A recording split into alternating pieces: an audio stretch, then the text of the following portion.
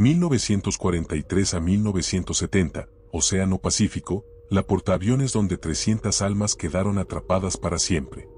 El viento del Pacífico golpea las estructuras metálicas con un silbido constante que parece salir de las entrañas mismas del océano. En el muelle 33 de Alameda, California, descansa una bestia de acero de 270 metros de eslora, la USS Hornet, designación 12. Durante el día, los turistas recorren sus cubiertas fotografiando aviones de combate y salas de control restauradas.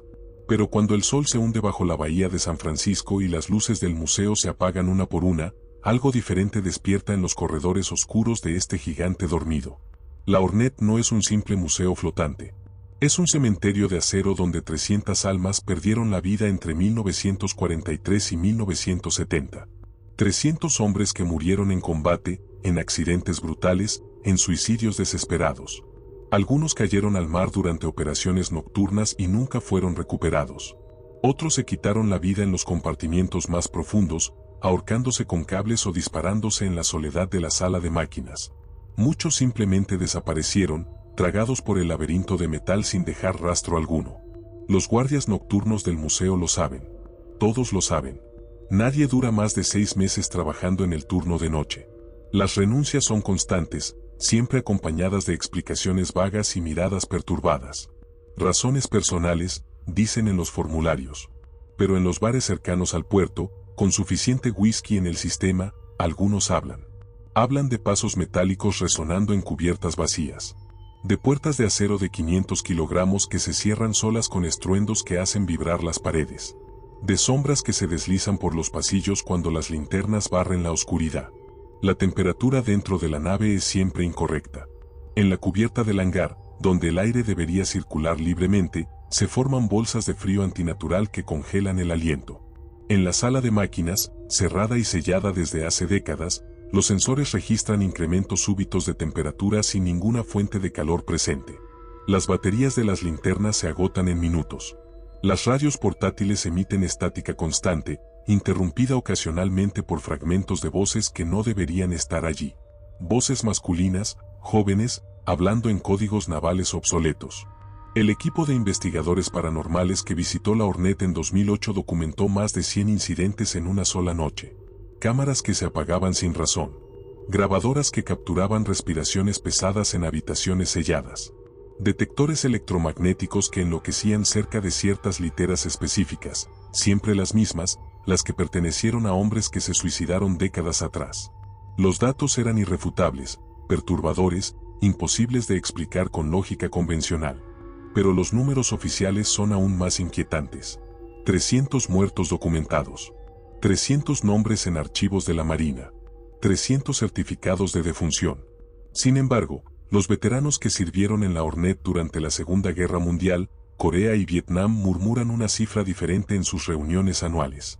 Hablan de hombres que desaparecieron durante la noche y nunca aparecieron en reportes oficiales. De marineros que enloquecieron y fueron confinados en secciones selladas del barco. De cuerpos encontrados en lugares imposibles, como si hubieran atravesado paredes de acero sólido. La Hornet fue testigo de batallas infernales. Participó en Iwo Jima, Okinawa, Filipinas. Sus cazas bombarderos lanzaron toneladas de fuego sobre objetivos enemigos. Pero también fue escenario de tragedias silenciosas, accidentes en cubierta que trituraban hombres contra aviones en movimiento, explosiones en la sala de municiones, incendios que cocinaban vivos a marineros atrapados bajo cubierta. Y siempre, los suicidios. Uno cada pocos meses durante sus 27 años de servicio activo. Ahora, convertida en museo desde 1998, la Hornet recibe miles de visitantes cada año. Familias con niños. Estudiantes de historia. Veteranos ancianos que lloran al tocar las barandillas donde sus compañeros murieron. Todos ellos caminan sobre las tumbas de 300 fantasmas. Y cuando la oscuridad cae sobre la bahía de Alameda, esos fantasmas recuerdan el dolor, recuerdan el terror, y no están dispuestos a olvidar. Esta es la historia de la nave más embrujada de América. Una historia construida sobre documentos navales, testimonios de veteranos, reportes de guardias y grabaciones inexplicables. Una historia donde la línea entre los vivos y los muertos se disuelve en los corredores de acero oxidado. Bienvenidos a bordo de la USS Hornet. donde 300 almas aún cumplen su última guardia. La quilla de la USS Hornet fue colocada el 3 de agosto de 1942 en los astilleros de Newport News, Virginia. El mundo ardía en guerra. Europa estaba bajo las botas nazis, el Pacífico bajo control japonés. Estados Unidos necesitaba portaaviones con urgencia desesperada, y la Hornet CB-12 fue construida en tiempo récord, solo 16 meses desde la primera placa de acero hasta su botadura. Era la octava portaaviones de la clase Essex, diseñada para llevar más de 100 aviones de combate y una tripulación de 3.000 hombres. El nombre Hornet llevaba peso histórico.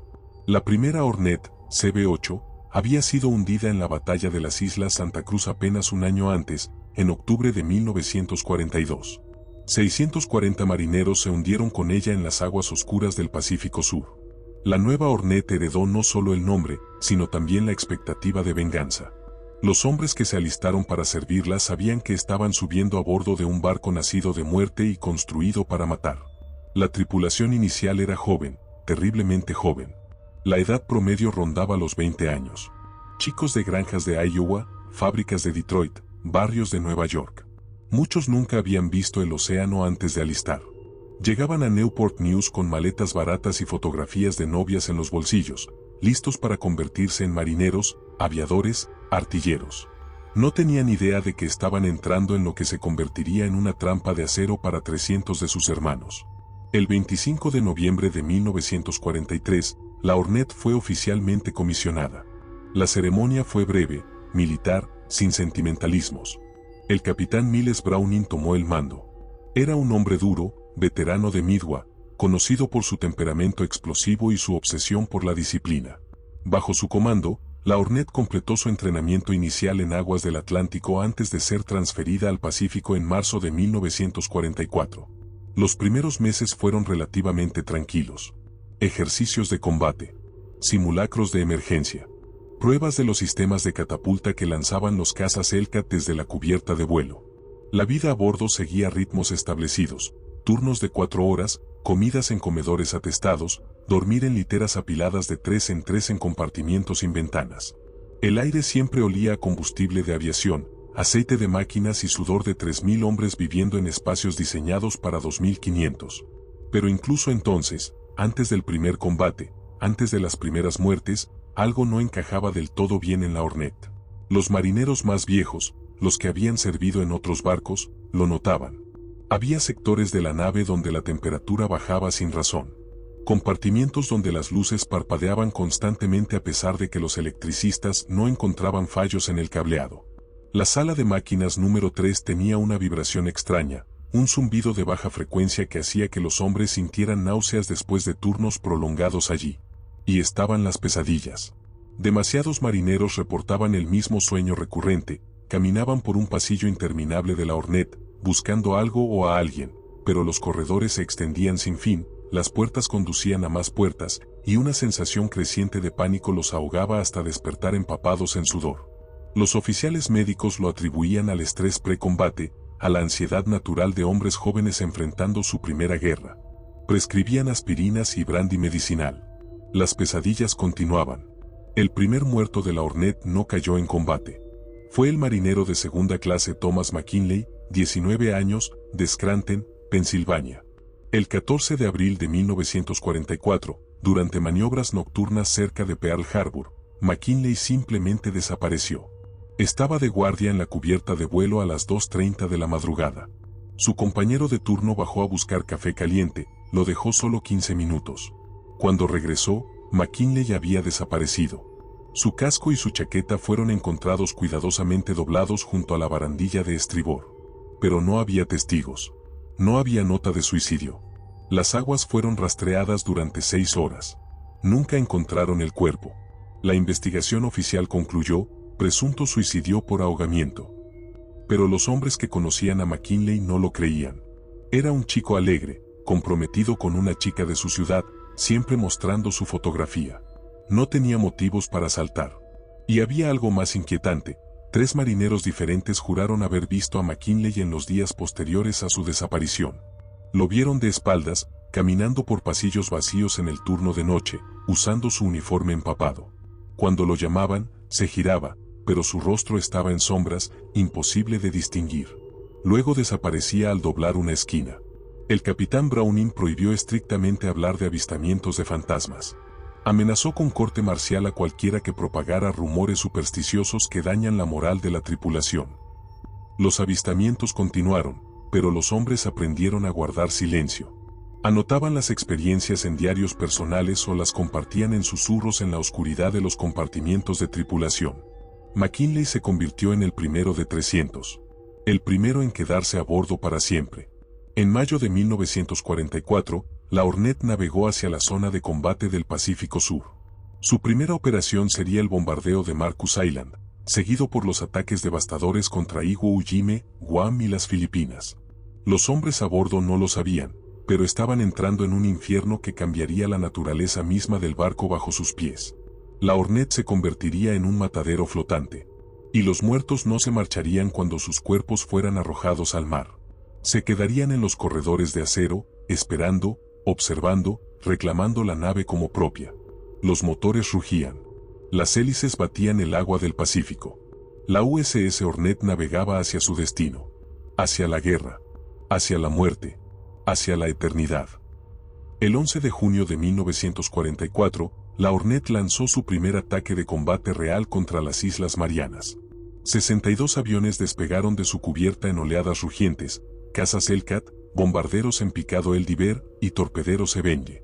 Era una máquina de guerra perfectamente coordinada, un ballet letal de metal y fuego. Pero en ese primer día de combate, la Hornet cobró su segunda víctima. El teniente junior James Whitmore, piloto de 23 años de Portland, Oregon, experimentó un fallo de catapulta durante el lanzamiento. Su Hellcat fue arrojado al aire con insuficiente velocidad, cayó inmediatamente del borde de la cubierta de vuelo y se estrelló contra las olas a 150 km por hora. El avión se desintegró. El cuerpo de Whitmore nunca fue recuperado. Los destructores de escolta rastrearon la zona durante una hora antes de abandonar la búsqueda. La operación de combate no podía detenerse por un hombre. Esa noche, a las 3:45 de la madrugada, el sargento de armas Robert Chen estaba realizando su ronda de seguridad en la cubierta del hangar cuando escuchó el sonido inconfundible de un motor de avión acelerando. El rugido venía del nivel superior, la cubierta de vuelo. Chen subió corriendo las escaleras, su corazón martilleando. La cubierta de vuelo estaba vacía. Todos los aviones que no estaban en misión estaban asegurados en el hangar. No había nadie allí. Pero Chen juraba haber escuchado el motor, claro como el día, acelerando y luego cortándose abruptamente, exactamente como lo haría un avión cayendo de la cubierta. Reportó el incidente a su oficial superior. Fue reprendido por nervios de combate y asignado a turno doble como castigo por inventar historias.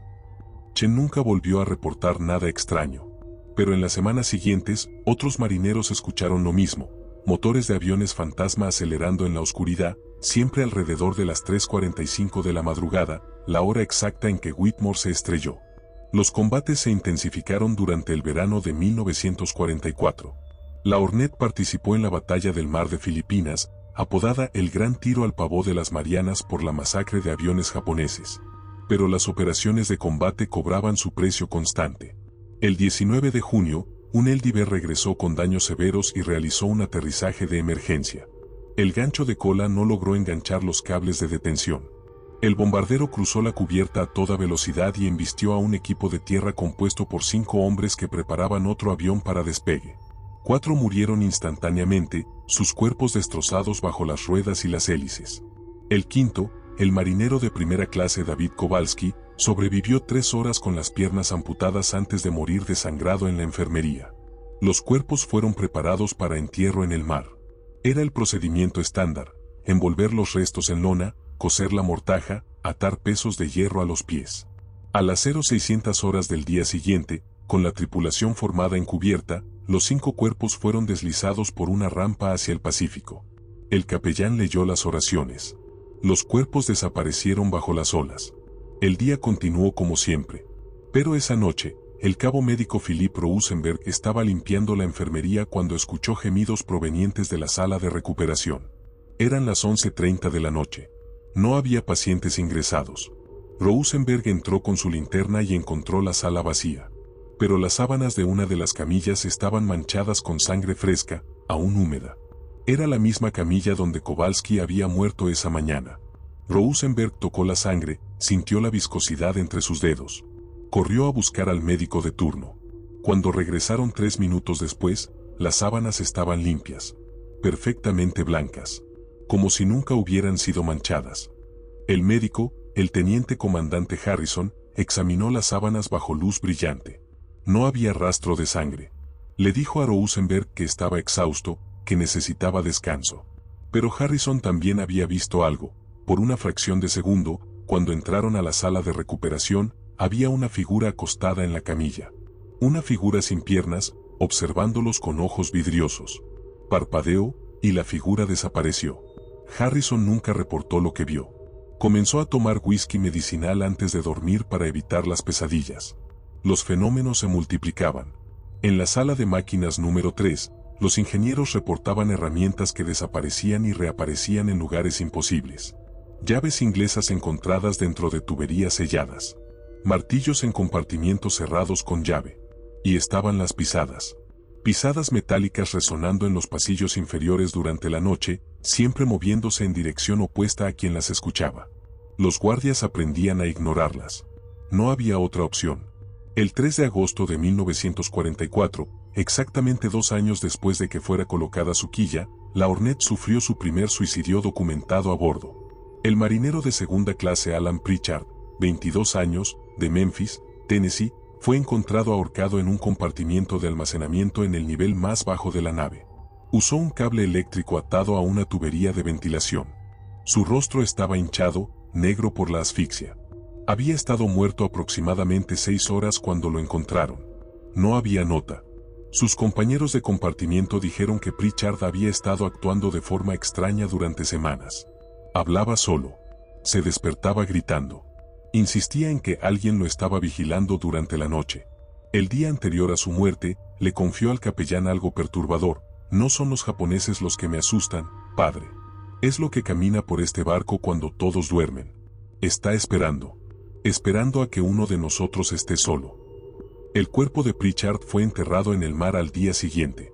Pero su compartimiento de almacenamiento se convirtió en un lugar maldito a bordo de la Hornet. Los marineros evitaban pasar cerca de esa puerta. Cuando tenían que entrar para recuperar suministros, lo hacían en grupos, nunca solos, y siempre con las luces encendidas. Incluso con iluminación completa, el aire dentro era helado, antinatural. Y si escuchabas con atención, podías oír un leve crujido, como cuerda tensándose bajo peso. Las muertes continuaban. El 17 de septiembre, durante operaciones contra Luzón, un incendio en la cubierta del hangar mató a 7 hombres. El fuego comenzó sin explicación en un tanque de combustible supuestamente vacío. Los hombres atrapados en el sector sellado murieron por inhalación de humo antes de que pudieran ser rescatados. Sus gritos fueron escuchados por toda la nave a través del sistema de intercomunicación antes de que alguien cortara la transmisión. Esos gritos se repetirían después. Muchos marineros los escucharon en los años siguientes, saliendo de altavoces muertos, en medio de la noche. El 28 de octubre de 1944, durante la batalla del Golfo de Leyte, la Hornet fue atacada por aviones japoneses. Un caza Zero kamikaze se estrelló contra la superestructura de la isla, justo debajo del puente de mando. La explosión mató instantáneamente a 11 hombres, incluyendo al capitán de fragata Samuel Ellis, oficial ejecutivo del barco. Su cuerpo fue encontrado con la cabeza separada del torso por metralla. Los restos fueron recolectados en bolsas y almacenados en la cámara frigorífica de la cocina junto a las provisiones de carne hasta que pudieran ser enterrados apropiadamente. Durante 3 días, hasta el entierro en el mar, los cocineros que trabajaban en la cocina reportaron actividad imposible en la cámara frigorífica. La puerta se abría sola. La temperatura fluctuaba salvajemente. Y había sonidos, golpes rítmicos desde dentro, como si alguien estuviera intentando salir. Un cocinero, aterrorizado, abrió la puerta con su cuchillo de carnicero en la mano, listo para enfrentar lo que fuera. La cámara estaba vacía excepto por las bolsas de restos y la carne congelada.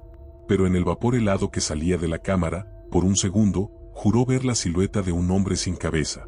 Para finales de 1944, la Hornet ya había perdido 43 tripulantes. 43 hombres muertos en combate, accidentes o suicidio. 43 cuerpos arrojados al Pacífico. Pero a bordo, los hombres vivos sabían la verdad, los muertos no se habían marchado. Permanecían en los corredores oscuros, en los compartimientos sellados, en las sombras que se movían donde no debería haber nada. La Hornet ya no era solo un portaaviones. Era un barco fantasma habitado, una tumba flotante donde los límites entre la vida y la muerte se desdibujaban con cada ola que golpeaba su casco de acero. Y la guerra apenas había comenzado. Los peores horrores aún estaban por venir. La Hornet navegaba hacia su destino oscuro, llevando consigo una tripulación que comenzaba a entender una verdad terrible. Subir a bordo de este barco era fácil. Bajarse, incluso después de la muerte, era imposible. El año 1945 trajo consigo las campañas más sangrientas del Pacífico, Iwo Jima y Okinawa. La Hornet operaba en aguas constantemente hostiles, lanzando cientos de misiones diarias, recuperando aviones dañados, enterrando muertos. El ritmo era insostenible. Los hombres dormían 4 horas por noche si tenían suerte. Vivían con adrenalina, cafeína y terror constante. Pero no era solo el enemigo lo que los aterrorizaba. Era el barco mismo. Durante la campaña de Iwo Jima en febrero, la frecuencia de los fenómenos paranormales se intensificó dramáticamente. Las puertas de los compartimientos estancos comenzaron a cerrarse solas, sin intervención humana. Estas puertas pesaban 500 kilogramos cada una, diseñadas para sellar secciones de la nave en caso de inundación. Requerían fuerza de 2 hombres para moverlas. Sin embargo, durante el turno de noche, se cerraban de golpe con estruendos metálicos que hacían vibrar las cubiertas. En 3 ocasiones, marineros quedaron atrapados en secciones selladas durante horas antes de ser rescatados. 2 de ellos salieron en estado catatónico, incapaces de explicar qué les había sucedido en la oscuridad. El tercero, el marinero Kevin O'Brien, salió gritando sobre manos frías que lo tocaban en la negrura absoluta, docenas de manos, tirando de él hacia abajo. O'Brien fue ingresado en la enfermería con shock severo. El doctor Harrison, el mismo que había visto la aparición sin piernas meses atrás, lo examinó. O'Brien tenía marcas en sus brazos y piernas, moretones en forma de dedos, como si múltiples manos lo hubieran agarrado con fuerza brutal. Pero había estado solo en ese compartimiento sellado. Completamente solo. Harrison documentó las marcas fotográficamente, pero el rollo de película desapareció misteriosamente del laboratorio de revelado de la nave. Las fotografías nunca fueron encontradas. La sala de radio se convirtió en un epicentro de actividad inexplicable. Los operadores reportaban transmisiones en frecuencias que no deberían existir. Voces masculinas hablando en códigos navales obsoletos de la Primera Guerra Mundial.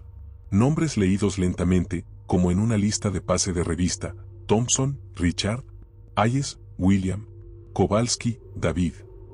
Algunos de esos nombres pertenecían a hombres muertos de la Hornet. Los operadores verificaban los archivos de tripulación y encontraban coincidencias exactas. La Marina prohibió oficialmente grabar esas transmisiones, pero un operador desobediente, el radiotelegrafista de segunda clase James Park, escondió una grabación. La escuchó obsesivamente durante semanas, intentando descifrar el mensaje completo. Eventualmente, escuchó su propio nombre en la transmisión. 2 semanas después, Park murió en un accidente de cubierta cuando un cable de detención se rompió y lo decapitó instantáneamente. Los suicidios se aceleraban con una regularidad macabra. En marzo de 1945, 3 hombres se quitaron la vida en un periodo de 9 días.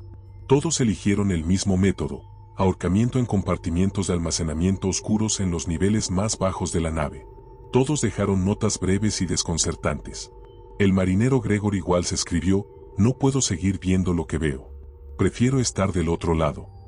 El artillero Marcus Johnson dejó solo una frase: "Ellos quieren más de nosotros aquí abajo". El maquinista Frank Rivera escribió en español: "Las sombras tienen nombres y conocen el mío". El comandante de la nave, preocupado por el colapso de la moral, ordenó al capellán investigar la ola de suicidios. El padre Matthew Donovan, un sacerdote católico de Boston de 52 años, comenzó a realizar entrevistas confidenciales con la tripulación. Lo que descubrió lo perturbó profundamente. Más del 60% de los hombres reportaban experiencias paranormales recurrentes, apariciones, voces, sueños proféticos, sensaciones de presencias invisibles. Muchos describían un patrón específico. Primero experimentaban pesadillas idénticas donde caminaban sin fin por los pasillos del barco, luego comenzaban a ver figuras sombrías en su visión periférica, finalmente sentían que algo o alguien los observaba constantemente, esperando el momento adecuado. El padre Donovan escribió un informe confidencial al capitán recomendando intervención psiquiátrica masiva y posiblemente bendecir el barco con un exorcismo católico. El capitán rechazó la solicitud como superstición inaceptable en un buque de guerra moderno. 3 semanas después, el padre Donovan desapareció. Fue visto por última vez entrando a la capilla del barco a las 22 horas del 12 de abril de 1945. Nunca salió. Su compartimiento fue encontrado intacto, su crucifijo sobre la litera, su Biblia abierta en el Salmo 23, aunque camine por valles tenebrosos, no temeré mal alguno. La página estaba manchada con sangre fresca. Se realizó una búsqueda exhaustiva de toda la nave. El padre Donovan nunca fue encontrado. La investigación oficial lo clasificó como desaparición en circunstancias desconocidas, presunto suicidio por ahogamiento. Pero no había manera de que un hombre de su edad y condición física escalara las barandillas y se arrojara al mar sin ser visto por los vigías. Los marineros sabían la verdad. El barco se había llevado al padre. Y si el barco podía llevarse a un sacerdote, podía llevarse a cualquiera. En mayo de 1945, durante las operaciones contra Okinawa, la Hornet sufrió su incidente más mortífero. Un ataque kamikaze masivo saturó las defensas de la flota. Un bombardero japonés Betty, envuelto en llamas, se estrelló contra la cubierta de vuelo de la Hornet detonando su carga de bombas. La explosión abrió un agujero de 10 metros de diámetro, matando instantáneamente a 28 hombres. El fuego se extendió al hangar inferior donde aviones cargados con combustible y municiones esperaban ser elevados a cubierta. Lo que siguió fue un infierno. Las explosiones secundarias destriparon el hangar. Hombres corrían envueltos en llamas, sus gritos ahogados por el rugido del fuego. El humo tóxico llenó los niveles inferiores, asfixiando a marineros atrapados en compartimientos sellados automáticamente por el sistema antiincendio. Los equipos de control de daños trabajaron durante 14 horas para extinguir el fuego. Cuando finalmente terminó, 43 hombres habían muerto. Algunos cuerpos estaban tan carbonizados que eran irreconocibles, identificables solo por sus placas de identificación derretidas. Esa noche, mientras los sobrevivientes agotados intentaban dormir, algo cambió fundamentalmente en la Hornet. Los compartimientos dañados por el fuego, ahora sellados y declarados inseguros, comenzaron a emitir sonidos. No eran sonidos mecánicos de metal enfriándose o estructuras asentándose. Eran voces humanas. Gritos.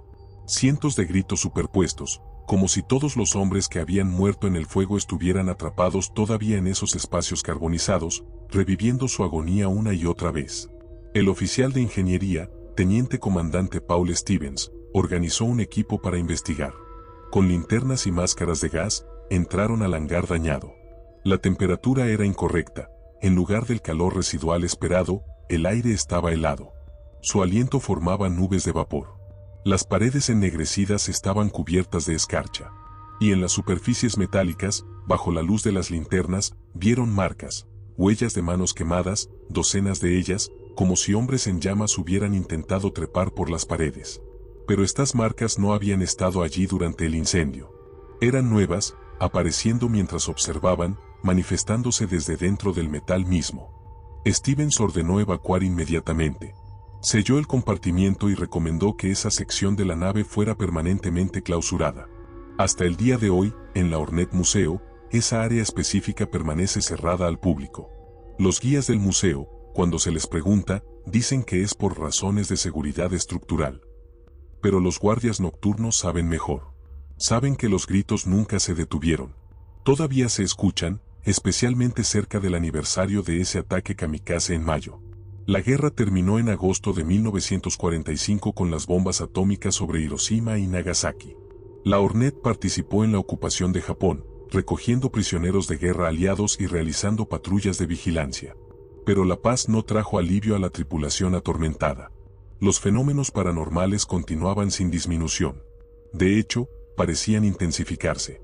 Como si las almas atrapadas en el barco estuvieran furiosas de que la guerra hubiera terminado, de que nuevos marineros llegarían y partirían mientras ellos permanecían prisioneros del acero.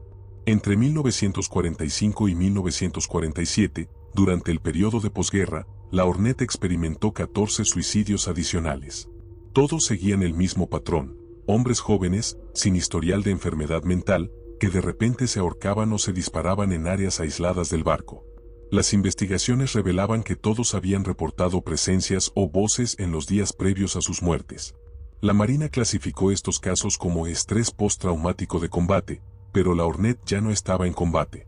Estaba anclada pacíficamente en San Francisco. El enemigo no eran los japoneses. Era algo dentro del propio barco. Un psiquiatra naval, el Dr. Leonard Ashford, fue asignado para estudiar el fenómeno. Pasó 3 meses entrevistando tripulantes y revisando registros médicos. Su informe clasificado, desclasificado parcialmente en 2003, contenía una conclusión perturbadora. La USS Hornet exhibe una concentración estadísticamente imposible de muerte violenta, suicidio y reporte de experiencias paranormales. La explicación psicológica convencional es insuficiente. Recomiendo considerar factores ambientales no convencionales o la posibilidad de un fenómeno psicológico de masa de naturaleza desconocida. El informe fue archivado y nunca actuado. La Marina no podía admitir que uno de sus buques insignia estaba embrujado. Así que la Hornet continuó operando. Continuó matando. Y los muertos continuaron acumulándose, capa sobre capa, fantasmas apilados como los cuerpos en una fosa común, todos atrapados dentro del laberinto de acero del que nunca podrían escapar. La Guerra de Corea trajo a la Hornet de vuelta al combate en 1950. Más misiones. Más muertes. Más fantasmas. El ciclo parecía interminable. Y para los hombres vivos atrapados a bordo, la pregunta persistente no era si sobrevivirían la guerra. Era si sobrevivirían el barco. Durante la década de 1950, mientras la Hornet servía en la Guerra de Corea y posteriormente en patrullas del Pacífico, varios intentos fueron realizados por comandantes progresivamente más desesperados para limpiar el barco de su reputación maldita y sus fenómenos inexplicables. Ninguno funcionó. Algunos empeoraron las cosas. El capitán Harold Mitchell, quien asumió el comando en 1951, implementó lo que llamó Protocolo de Racionalización Total. Prohibió estrictamente cualquier discusión sobre fantasmas, apariciones o eventos paranormales. Instaló iluminación adicional en los corredores más oscuros. Ordenó que todos los compartimientos sellados fueran abiertos, limpiados y reintegrados al uso normal, incluyendo aquellos donde se habían producido suicidios. Implementó turnos de guardia en parejas obligatorias. Ningún marinero debía estar solo en ningún momento. Creía que el miedo era contagioso, que si eliminaba las condiciones para que floreciera la superstición, los fenómenos cesarían. Fracasó espectacularmente.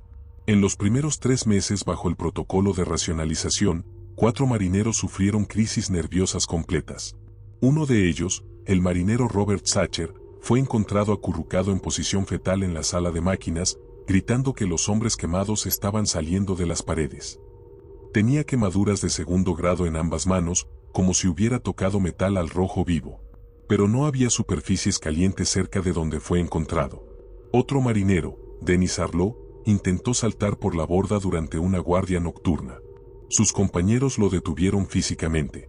Cuando le preguntaron por qué, dijo que las voces le prometieron que si saltaba, dejarían de susurrarle mientras dormía.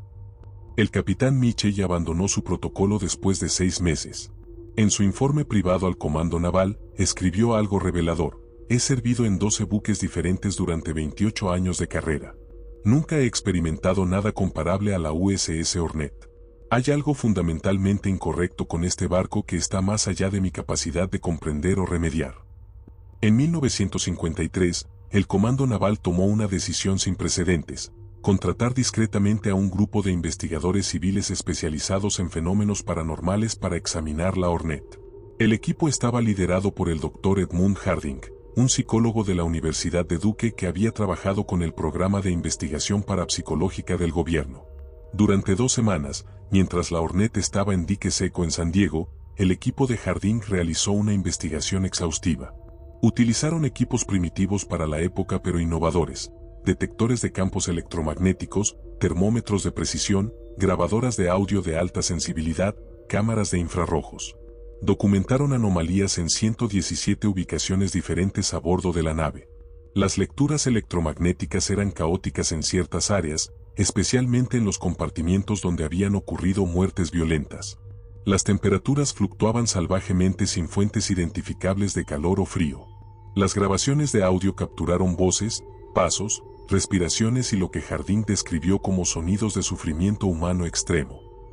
El hallazgo más perturbador fue en el compartimiento de almacenamiento donde el marinero Alan Pritchard se había ahorcado en 1944. El equipo de Harding colocó una cámara de video de circuito cerrado allí durante toda una noche.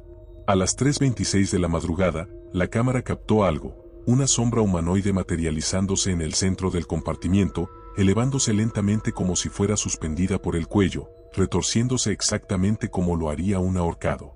La figura permaneció visible durante 43 segundos antes de desvanecerse. La grabación fue revisada por ingenieros de video que confirmaron que no había trucos, sobreexposiciones o defectos de cinta. Era una anomalía genuina e inexplicable. El informe de Harding al Comando Naval fue clasificado inmediatamente como alto secreto.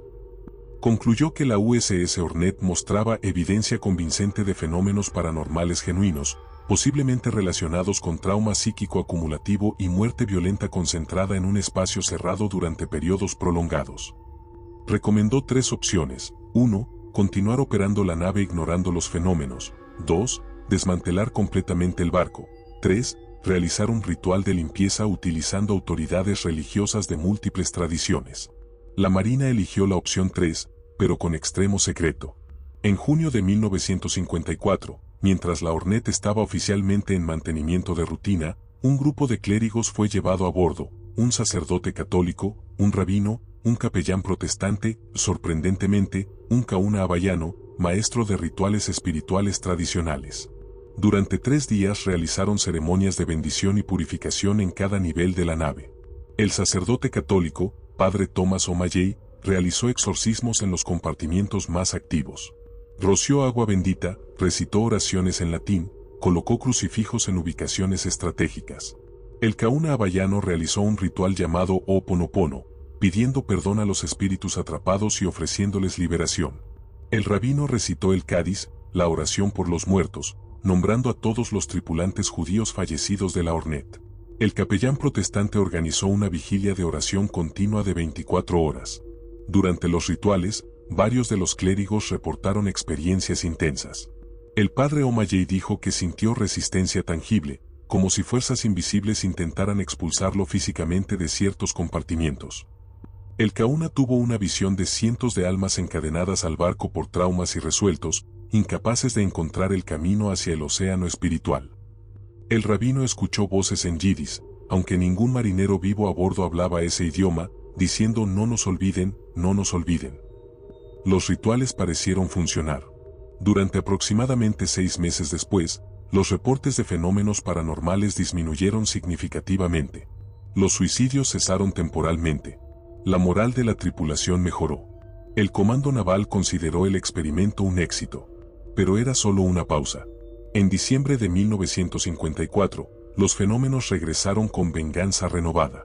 Un marinero, Joseph Hendricks, fue encontrado en la sala de máquinas con ambos ojos sangrando. No tenía lesiones físicas que explicaran el sangrado. Gritaba incoherentemente sobre demasiados rostros mirándolo, todos quemados, todos gritando. Fue transferido a un hospital psiquiátrico naval y nunca regresó al servicio activo. Una semana después, 3 marineros diferentes reportaron haber visto la misma aparición, un hombre sin cabeza caminando por el pasillo de oficiales, vistiendo el uniforme de oficial ejecutivo de la Segunda Guerra Mundial. Era idéntico a las descripciones del comandante Samuel Ellis, decapitado por el kamikaze en 1944. Los crucifijos colocados por el padre O'Malley fueron encontrados arrancados de las paredes, doblados y retorcidos como si hubieran sido sometidos a calor extremo. El agua bendita en las botellas selladas se había evaporado completamente. Los objetos rituales del cauna desaparecieron sin rastro. Era como si el barco hubiera rechazado activamente los intentos de limpieza, como si las entidades dentro se hubieran ofendido por la interferencia. En 1958, otro enfoque fue intentado. Un grupo de ingenieros navales propuso que los fenómenos podrían ser causados por campos electromagnéticos anómalos creados por el cableado antiguo y los generadores del barco. Realizaron una renovación eléctrica masiva, reemplazando miles de metros de cables, reconfigurando sistemas de iluminación, instalando nuevos generadores. Costó millones de dólares. No cambió nada. Las luces seguían parpadeando. Los equipos electrónicos seguían fallando inexplicablemente. Las grabadoras seguían capturando voces que no deberían estar allí. Durante la Guerra de Vietnam, de 1964 a 1969, la Hornet fue reactivada como portaaviones de recuperación para las misiones Apolo de la NASA y simultáneamente realizó operaciones de combate. Los astronautas de Apolo 11 y Apolo 12 fueron recuperados por la Hornet. Los marineros bromeaban amargamente que incluso los hombres que habían caminado en la Luna no querían quedarse a bordo más tiempo del necesario. Neil Armstrong, en una entrevista privada años después, admitió que su breve tiempo en la Hornet le había resultado inquietante. Cuando se le preguntó por qué, dijo, había algo en ese barco. Una sensación. Como si estuviera siendo observado constantemente por algo que no podías ver. Los marineros tenían miradas en sus ojos, como si conocieran un secreto terrible. Edwin Buzz Aldrin fue más directo en sus memorias, la Hornet era un barco embrujado. Los marineros lo sabían. Nosotros lo sentimos. No me sorprende que terminara como museo de fantasmas. Para 1970, cuando la Hornet fue finalmente descomisionada, había acumulado más de 300 muertos documentados en sus 27 años de servicio activo. 300 almas que habían perdido sus vidas en sus cubiertas de acero. Y ningún ritual, ninguna renovación, ningún intento de racionalización había logrado limpiarla de su legado oscuro. El barco había rechazado todos los intentos de liberación. Como si prefiriera mantener a sus muertos cerca. Como si los necesitara. Como si, de alguna forma retorcida, el barco mismo estuviera vivo y se alimentara del sufrimiento acumulado durante décadas de muerte violenta.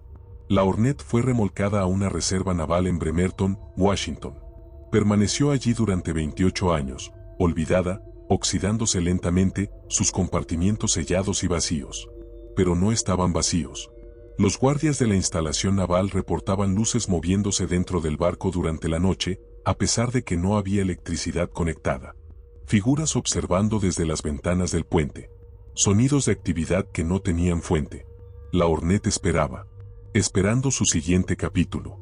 Esperando abrir sus puertas a un nuevo tipo de visitante. En 1998, la USS Hornet fue remolcada desde su tumba en Bremerton hasta Alameda, California, para convertirse en museo. La Hornet Aircraft Carrier Museum abrió oficialmente sus puertas al público el 17 de octubre de ese año. Los organizadores imaginaban un tributo honorable a la historia naval americana, un lugar educativo para familias y veteranos. Lo que obtuvieron fue algo completamente diferente, uno de los lugares más documentadamente embrujados de Estados Unidos. Los problemas comenzaron inmediatamente durante la renovación. Los trabajadores de construcción se negaban a trabajar en turnos nocturnos. Herramientas desaparecían y reaparecían en ubicaciones imposibles.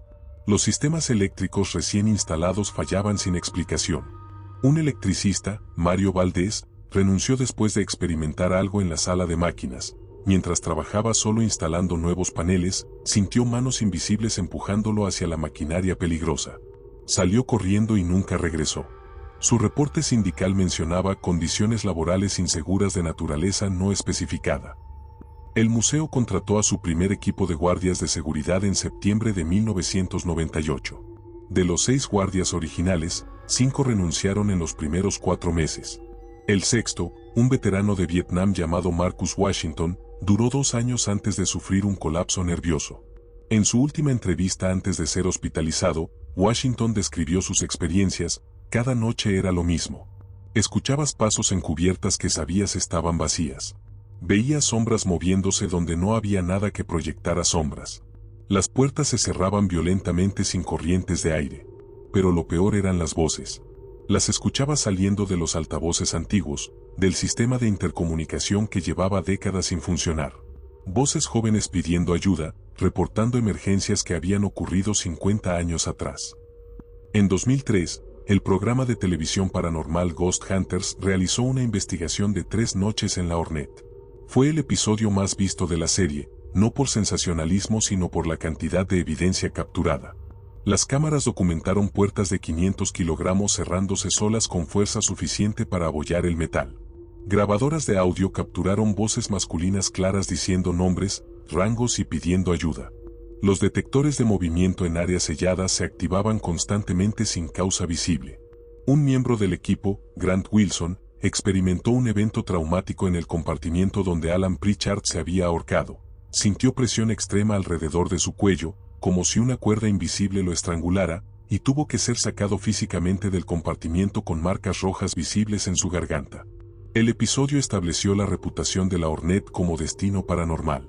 Otros programas siguieron: Ghost Adventures en 2011, Paranormal Lockdown en 2016, BuzzFeed Unsolved en 2018. Todos documentaron fenómenos similares. Todos salieron convencidos de que algo genuinamente anómalo ocurría en ese barco. Los guías turísticos del museo aprendieron a convivir con la actividad. Desarrollaron protocolos no oficiales: nunca entrar solo a ciertos compartimientos, siempre llevar linternas de respaldo porque las baterías se agotaban inexplicablemente rápido, nunca burlarse de los fantasmas en voz alta porque se ofenden y las cosas empeoran. Una guía veterana, Patricia Chen, quien trabajó en el museo durante 16 años, mantenía un diario privado de incidentes.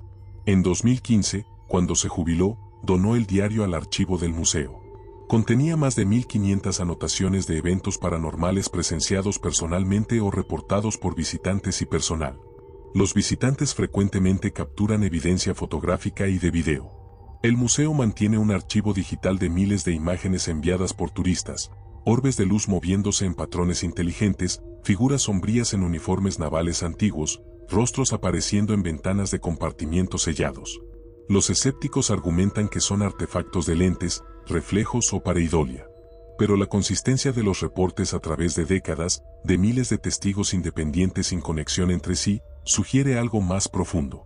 La Sociedad Americana de Investigación Psíquica realizó un estudio estadístico en 2012. Analizaron 20 años de reportes de incidentes paranormales en museos navales estadounidenses. La USS Hornet representaba el 68% de todos los reportes documentados, a pesar de ser solo uno de 18 museos similares. La correlación con ubicaciones de muertes documentadas a bordo era del 92%. Los compartimientos donde habían ocurrido las muertes más violentas mostraban la actividad paranormal más intensa. No había explicación convencional para estos patrones. Los veteranos que sirvieron en la Hornet durante su servicio activo ocasionalmente visitan el museo. Sus reacciones son reveladoras.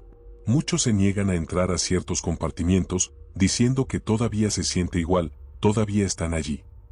Algunos reconocen las apariciones descritas por los guardias como compañeros fallecidos de tripulación. Un veterano, Carl Hendricks, visitó en 2006 y experimentó algo que lo hizo llorar. Mientras caminaba por un pasillo en el nivel inferior, escuchó claramente la voz de su mejor amigo, Robert Miller, quien había muerto en un accidente de cubierta en 1966. La voz decía: «Está bien, Carl. Puedes irte. Nosotros nos quedamos». Hendricks salió del barco y nunca regresó.